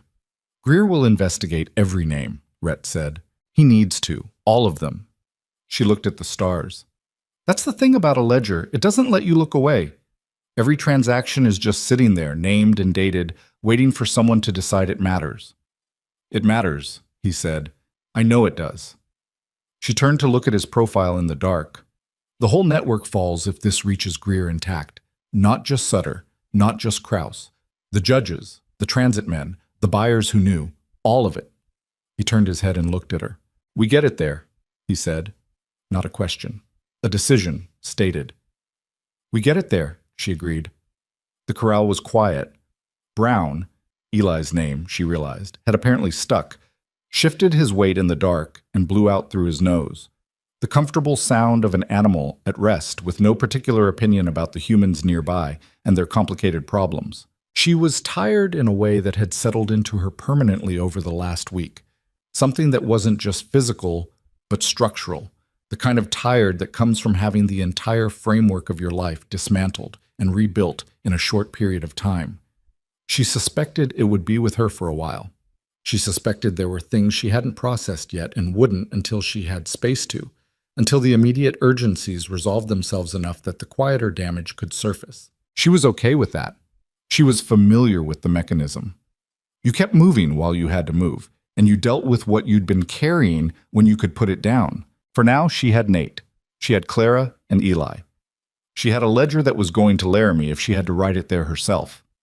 She had a man standing beside her at a fence in the dark who had bought her out of a yard and was deeply imperfect and had lost something in that fort she'd never asked him to account for, and who had, in the last week, shown her more reliable honesty than anyone she could name from the previous 2 years of her life. It wasn't everything. It was enough to build from. Get some sleep, Rhett said. Early start tomorrow. She pushed off the fence. You should too. I will. She looked at him. He was looking at the dark again, and his face had the nighttime quality she'd noticed before, less guarded slightly in the dark than in the day, as though the absence of being seen made it possible to let the features settle into something closer to what was actually there. She went inside. She didn't sleep immediately. She lay on the floor near Nate's makeshift cradle and listened to the sounds of the house. Maka breathing. Somewhere the children shifted, the fire settling. And she ran through the route to Laramie in her mind. The distances, the variables, the names in the ledger, and what they would mean when they landed on Greer's desk. She thought about the Norton girl in Colorado. She thought about Lily in Cheyenne. She thought about all the names she hadn't recognized in the ledger, the ones that were just names, lives she didn't know, people who were somewhere on the same side of this that she was, waiting for someone to decide it mattered. It mattered. Outside, the stars continued their indifferent business. The cold pressed against the walls. Inside, 4 people and 1 small new person breathed together in the dark. And morning was on its way, as it always was, whether you were ready for it or not.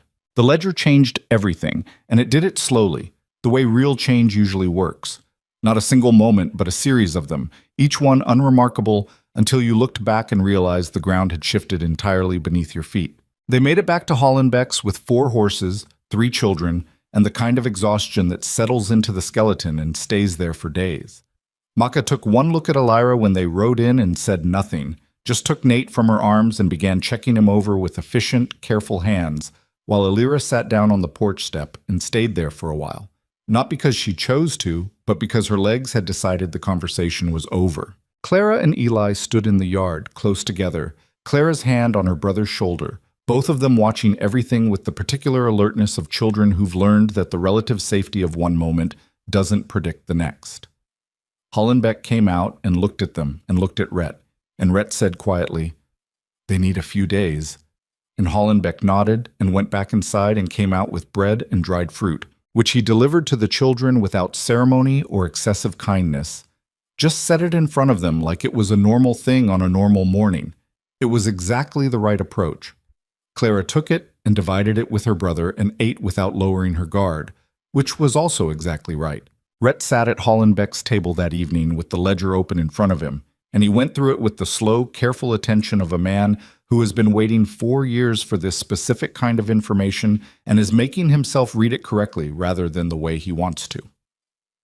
Elira sat across from him. She had Nate at her chest, nursing, finally, for the first time. That part of her body at least still knew what it was supposed to do, even after everything, and she was more grateful for this than she could have put into words. She watched Rhett's face as he read. He was 3/4 through the ledger when he stopped. He didn't move for a long moment. His finger was on a page, on a line, and his jaw had a tension in it that she recognized now. The specific set of his jaw when something was costing him and he wasn't going to show how much. She waited. "She's alive," he said. His voice came out level, but with something underneath that flatness, something pressurized. "Lily. She was moved south in the spring 3 years ago, sold to a family named Carver, Cheyenne." He looked up, and his eyes were doing something she hadn't seen them do before. The same thing as his voice, controlled on the surface. But the control was taking visible effort. "She's alive." Elira let out a breath she hadn't known she'd been holding for him. "Cheyenne's not far," she said carefully. "No." He looked back down at the page, stayed there. "No, it's not." She didn't say anything else. There was a version of this where she offered something, comfort, reassurance, the kind of words people produce in moments like this, but she'd learned in the last several days that Rhett Calder received comfort the way he received most things that weren't practical information, politely, distantly, without really letting it land. What he needed right now was not someone talking at him. She knew this because she'd needed the same thing too many times herself. So she held Nate and let the silence be what it was, and Rhett sat with his daughter's name on a page in a stolen ledger, and the fire burned. And outside Hollenbeck told the children a story in a low, rambling voice that eventually slowed and stopped, which meant the children had fallen asleep, which was the best possible outcome. After a while, Rhett closed the ledger. "The other names in here," he said. "The buyers. The roots." He looked at the cover. "This isn't just Sutter. This is the whole network. Everyone who paid. Everyone who facilitated." His voice had gone back to flat, but it was a different kind of flat now. Not the absence of feeling, but the presence of something cold and decided. "There's a federal marshal in Laramie, name of Greer. He's the only one in the territory I know for certain isn't in the syndicate's pocket." "How do you know?" "Because they tried to buy him 2 years ago, and he threw the man out of his office and reported it. And the man disappeared shortly after, which should have ended Greer's career and didn't. Because even corrupt territorial officials understood that a dead federal marshal brings the kind of attention nobody wants." He put his hand on the ledger. "This goes to Greer, the whole thing." Elira looked at him. "Kraus is in there?" "Kraus. The 2 traders from Billings, the judge who signed the paperwork that made their operation look legal." He paused. "Pell. Pell. The man with the pleasant face who'd stood in the yard at Clearwater Hollow and offered $50 for her like he was haggling over a saddle." "Good," she said. They rode to Laramie 4 days later when Elira could sit a horse for more than an hour without her body staging a formal protest. Maka had made her swear to rest, had given her more of the herb pouch, had looked her in the eye with the specific expression of someone who knows their instructions are going to be followed imperfectly, but is trying anyway. Elira had made the swear and meant most of it. The children came with them. There was no one to leave them with, and no question of leaving them. Elira had said yes in that hollow in the dark outside the fort, and she was not a person who unmade those kinds of decisions. Clara sat behind Rhett on his horse, rigid with the effort of appearing unafraid, and Eli sat in front of Elira with Nate, which was an arrangement Elira had some logistical concerns about, but which ended up working because Eli treated the baby with a gravity and seriousness that no 3-year-old should naturally possess, but which was, she was learning, just who Eli was. "He's small," Eli said, looking at Nate on the first day of riding. "He is," Elira agreed. "He's new." Eli considered this. "Will he get bigger?" "He will." "How long?" "Years." Eli seemed to find this timeline reasonable and returned to watching the trail. Marshal Greer was a narrow, gray man in his late 50s who looked like he'd been carved from the same stone as the Laramie Range, and who regarded the ledger Rhett laid on his desk with the expression of someone who has suspected a thing for a long time and is not particularly pleased to be proven right. He looked through it for a long time. Nobody spoke. "This is Harlan Syndicate business," he said finally. Not a question. "From one end to the other," Rhett said. Greer turned a page, turned another. His face stayed flat, but his eyes were doing the work, moving fast, cataloging. "Names in here I didn't expect." He tapped one page without specifying which. "Names I very much did expect." He closed it and put his hand on the cover, the same way Rhett had, and looked across the desk. "How'd you get it?" "Better you don't know that part." Greer looked at him for a moment with the expression of a man performing a calculation. "The fort at Bitter Creek." "Better you don't know." "There are men missing from that fort," Greer said. "I've had word this morning. People are asking questions. People in the syndicate's pocket. Some of them." Greer looked at Elira, at the infant against her chest, at Clara and Eli standing near the wall. He looked at Rhett. Something moved through his expression that might have been the seed of respect, or might have been the resignation of a man who sees a situation clearly and doesn't love any of his options. "The woman sold in Clearwater Hollow," he said. "Week ago. I heard about that." "You heard about it and you didn't—" Elira started. "I heard about it 3 days after," Greer said, evenly meeting her eyes, "by which time you were already gone." He held her gaze. "I've been building a case on the syndicate for 2 years. No federal support, no territorial backing that I trusted, no leverage." He looked at the ledger. "Until now." She looked at him for a long moment. "How many children are in that ledger?" she asked. Greer glanced at it. "I haven't finished counting. More than 40 transactions that I've seen." 40. More than 40. She held Nate tighter, without meaning to, and made herself breathe. "Then use it," she said. He did. What happened next took weeks, and it was not clean, and it was not swift, and anyone expecting the machinery of justice to move with the speed and moral clarity of a story told around a fire would have been disappointed. It ground, is what it did. It ground slowly and unevenly, and with the infuriating persistence of a system that was half broken but not fully broken, staffed by men who were variously corrupt, cowardly, occasionally decent, and in Greer's case, stubbornly functional in the way of people who've stopped expecting the world to cooperate and have decided to proceed anyway. Krause was arrested in Clearwater Hollow on a Tuesday morning in December, and the town watched it happen from behind their windows and their careful expressions, and most of them felt something that was probably relief and that they were too practiced at not seeing to immediately recognize as such. The 2 traders from Billings were picked up separately, days apart, which was less satisfying but legally sufficient. The judge, the one who'd signed the paperwork, had the case against him disappear twice through court channels that Greer traced back to men who then had their own cases opened. It was slow. It worked. Pell ran. He got as far as the Montana border before a federal deputy who owed Greer a significant personal favor caught up with him outside a trading post near Bozeman. The pleasant expression, by all accounts, had not survived the experience of being caught. Sutter was harder. Sutter had known something was wrong from the night of the fort, had moved fast and gone deep, and the syndicate's upper levels had evidently decided he was more dangerous to them as a loose end than as an asset, and had withdrawn their protection. He ran without backing, which made him desperate, which made him stupid in the particular way that cornered people become stupid. Greer's deputy found him in February, hiding in a livestock barn outside of Rawlins, and he was arrested without the dramatic confrontation that he'd perhaps spent weeks dreading, which was its own kind of justice, the anticlimactic, unglamorous justice of a man found cold and frightened in a barn and handcuffed and put in a wagon, which is exactly what he deserved, and not one bit more. Elira wasn't there for any of these arrests. She was at the ranch. Rhett's ranch sat on the eastern face of a low ridge above a creek that ran clear even in winter, and it was not a romantic place.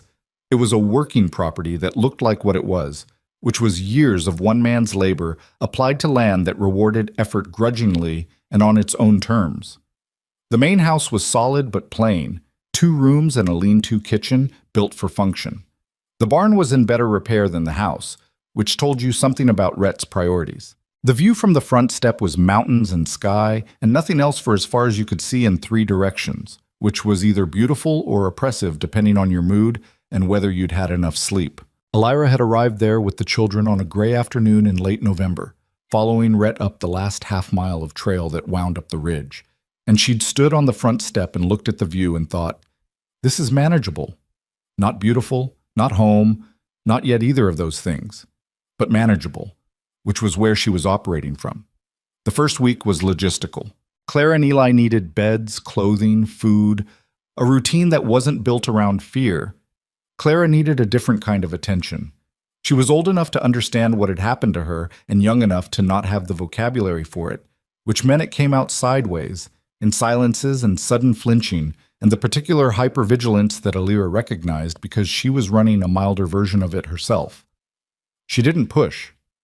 She made the days predictable, which is the only real medicine for that kind of wound, and she let Clara move at her own pace, and she did not make the mistake of pretending everything was fine when it wasn't, because Clara was too sharp for that, and it would have cost trust that Alira couldn't afford to lose. Rhett was Rhett. He went about the ranch work with the same economy of movement and word that characterized everything he did, and he treated the children the way he treated most things that required his care, without sentiment, with reliability. He showed Eli how to feed the horses. He fixed the split in Clara's boot without being asked because he'd noticed her limping. He did not try to be warm, and he was not cold. He was simply present in the way that some people manage to be present, actually there, actually paying attention, even when he was saying nothing. Alira watched him with Clara one afternoon, about 2 weeks in. He was splitting firewood, and Clara had drifted out to the yard, the way she'd started doing, pulling toward people without quite committing to proximity. She stood 10 feet away and watched him work. He split 3 logs before he said, without looking up, "You can stack if you want." Clara looked at the growing pile. "I don't have to," he said. "Just if you want something to do." She walked over and started stacking. They worked in silence for a while, him splitting, her stacking, and Alira watched from the window and felt something shift in her chest that she didn't examine too closely because she was still, in many ways, in the middle of her own recovery and didn't fully trust her own readings on things. He left for Cheyenne in the first week of December. He told her the night before, matter of fact, "I'm going to Cheyenne. Shouldn't be more than 2 weeks. To find Lily. To find where the Carver family is. Find out the situation." He was at the table, not looking at her. "It's been 4 years. She won't know me." Alira sat down across from him. He was staring at the table surface with the expression she'd come to recognize as what happened when his control over his own face required active maintenance. "She's 6, Alira said. "I know how old she is. I mean," she paused, choosing. "Children that age are resilient in ways that aren't always visible right away. She may not know you, but that doesn't mean she can't come too. The Carver family might not. Let her go. I know." She looked at him. "But you have the ledger evidence. Greer has the case. Whatever arrangement those people made, it was made through Sutter's network. It's not legal. It was never legal." She kept her voice steady. "You have grounds, Rhett." He was quiet for a moment.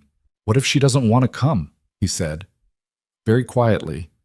"What if she's been there long enough that she—" "Then you take it slow," Alira said. "Then you give her time. Then you show up consistently until she understands that you're not going away." She paused. "That's all any of us can do." He looked at her then, held her gaze for a long moment in that way he had, as if measuring something. "You've been doing that," he said, "with Clara." "I've been trying to." He nodded, slowly. "You're good at it." She hadn't expected that. Coming from him, in that flat, undecorated tone, it landed differently than praise usually did, without performance, without the intention to make her feel something. Just an observation, just the truth as he saw it. "Thank you," she said. He came back from Cheyenne in 11 days. He came back with Lily. She was a small girl, dark-haired like him, but with her mother's features, apparently, Alira had no way to know, with a serious face and the same close-set brown eyes, and the grave, watchful quality of a child who'd been in an unfamiliar situation for long enough that careful observation had become second nature. She held Rhett's hand on the walk up from the horses, and she looked at everything with that watchful seriousness, and she said very little. The Carvers had not fought it. When Greer's documentation arrived ahead of Rhett and a federal deputy showed them the paperwork, they had, according to Rhett's brief account, said very little and returned the girl with what appeared to be actual relief. People who had perhaps made a purchase in desperation and spent 4 years understanding it had been a mistake and hadn't known how to undo it. Whether that made them better or worse than the people who'd had no such doubts, Alira didn't know, and she decided it wasn't her question to answer. Lily stood in the middle of the main room and looked around at this place that was supposed to be home to her, and at these people who were supposed to be what exactly? And then her eyes landed on Nate, lying on his back on a blanket near the fire, doing what 6-week-old babies do, which is move their arms and legs and look at the middle distance with profound concentration. "What's that?" Lily said. "That's Nate," Alira said. "He's about 6 weeks old." Lily looked at him for a long time. "He doesn't do much." "Not yet." "When will he?" "Few months for most things. Years for the interesting parts." Lily considered this. Then she sat down near the blanket, at a careful distance, and watched him. Her posture had the particular quality of a child who is trying not to look like she's interested and is not entirely succeeding. Rhett stood near the door and looked at his daughter sitting by the fire, and Alira was standing near enough that she could see his face, and she watched it do something that his face very rarely did. It stopped. Just stopped. All the control and the blankness and the architecture of careful distance just fell away for one unguarded second, and what was underneath was nothing complicated. It was a man looking at a thing he had not let himself believe he'd see again. And it was the kind of scene that sits below the level of words. He cleared his throat and found something to look at that wasn't his daughter. Alira moved to the kitchen and put more water on. Winter deepened around the ranch in the way Wyoming winter does. Not dramatically, but absolutely, turning the world outside the windows into something monochrome and still. The ranch had its rhythms. The morning feeding, the fire maintenance, the meals, the repairs that the cold kept generating. Rhett was teaching Clara the horses in earnest now, because she'd shown she had the patience for them, and Clara was teaching Eli some game she'd invented that involved colored stones and rules that changed apparently at her discretion. And Lily had claimed the blanket near Nate as something close to her own territory and spent parts of every day there, providing the baby with a running and largely one-sided commentary on her observations about their shared situation. "You don't understand any of this," Lily told him one afternoon with great seriousness. "But that's okay. I'm going to explain it again later." Nate looked at the ceiling. Alira, at the kitchen table with Maka's herb instructions spread out in front of her. She was learning slowly what Maka had been willing to teach during the recovery days, heard this and looked over and caught Rhett's expression from across the room. He'd heard it too. The look that passed between them was not a look that required naming. It was just the look of two people who have been through something genuinely terrible together and have come out the other side into something that is not yet easy but is real, and who have enough sense to recognize that for what it is. Things that were not fixed. Clara still woke up some nights from dreams she wouldn't describe. Alira still had days when the weight of what had been done to her, sold in a yard-like property, stripped of her child in the first minutes of his life, sat on her chest like a stone and wouldn't move until she made herself move it. Rhett still had silences that were too deep to be called ordinary quiet, and he still didn't know how to accept comfort, and probably never would, not entirely. Lily still didn't call him anything, not Papa, not his name, not anything. She just started sentences and left the address out, which he noticed and said nothing about. Things that were true. They were here. The children were fed and warm. Nate was growing with the single-minded purpose of someone who has decided they have a great deal of catching up to do. The ledger had done its work, and across the territory the syndicate's network was collapsing in stages, each arrest pulling the next thread, the way these structures always eventually come apart when someone takes the first one seriously. Things that were beginning. In February, a letter arrived from Greer. Clara and Eli had a grandmother in Kansas who'd been looking for them since the previous spring. She was alive and able, and Greer had contacted her. She would come in March, if the family at the ranch was willing, to meet her grandchildren. Alira read the letter twice and then gave it to Clara. Clara read it once and looked up with an expression Alira hadn't seen on her before. Not the watchfulness, not the careful composure, but something raw and young and almost frightened, which was closer to hope than anything else, and also harder to manage. "She's really alive?" Clara said, according to the marshal. Clara looked at the letter again. Eli was pulling at her sleeve and she showed him, though he couldn't read, and explained it to him in a low voice in the way she explained most things to him, carefully, with more patience than most adults could have managed. He processed it and then said, "Do we know her?" And Clara said, "No, but we will," and put her arm around him. Elira left them to it. The morning of the first real thaw, late March, the kind of morning where the air smells like the earth remembering that it exists. Elira was on the front step with Nate when Rhett came out and stood beside her. He'd been to Laramie the previous week for Sutter's sentencing, which had been everything legal proceedings are. Slow, procedural, unsatisfying in its mundane thoroughness, and entirely necessary. He'd come back quieter than usual, if that was possible, and had spent 2 days in the barn doing things that he declined to specify, which was his way of processing things, and she'd stopped fighting it. They stood and looked at the view that was still mountains and sky and nothing else for miles. "Lily called me Pa," he said. "Yesterday. She probably didn't mean to. She was talking fast and it just came out." "What did you do?" "Nothing. Kept talking. Didn't make a thing of it." A pause. "Seemed like the right call." It was. They stood there in the thin spring sun. "This isn't what I planned," Elira said. Not as a complaint, just as an observation, an acknowledgement of the distance between the life she'd mapped out and whatever this was. "No," Rhett agreed. "I didn't plan to be in Wyoming at all." She looked at Nate, who was blinking at the sky with the solemn attention he gave to most things currently. "Thomas was going to strike rich in the silver trade, and we were going to have a house in Denver by spring. How'd that work out?" She gave him a look. He might have almost smiled. It was brief and one-sided and entirely possible she imagined it. "What did you plan?" she asked. He thought about it. "To find Lily." He paused. "That was the whole plan by the end. Didn't think past it." He looked out at the mountains. "Didn't let myself." "And now you're past it." "And now I'm past it." She shifted Nate to her other shoulder. He made a small sound of mild protest at the disruption and then settled. "We should put up a second bedroom before winter," she said.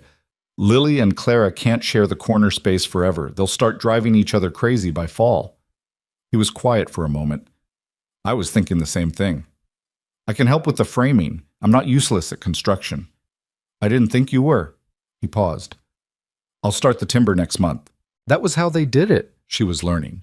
Not large declarations, not the kind of explicit conversations that required things to be named. Just the slow accumulation of practical decisions. Another room, a shared meal, a look across a room, that added up to something neither of them would have had the language for even if they'd been inclined to try. She was not naive about what this was or wasn't. It was not a clean ending. Nothing that came before it had been clean, and she didn't believe in clean endings. She believed in the next day and the one after that, believed in showing up, believed in the specific courage of the ordinary, which is what most courage actually is when you strip the story down to what happened and what people did in response. She had been sold in a yard. She was here. Her son was alive and growing and currently attempting to fit his entire fist into his mouth with the determination of someone who has identified a problem and is committed to solving it. The mountains were still there, same as ever, indifferent to all of it, and somehow a comfort anyway. The permanence of the landscape against which small human lives played out their entire weight, their grief and their survival, and the stubborn, imperfect, necessary work of continuing. Nate grabbed her finger. She looked down at him. He looked back at her with those dark, serious eyes that she was increasingly certain were going to stay that color, and his grip on her finger was the grip of someone who has no idea what they've come into, but has decided on available evidence to hold on. She held on too. That was enough. That was, in the end, exactly enough.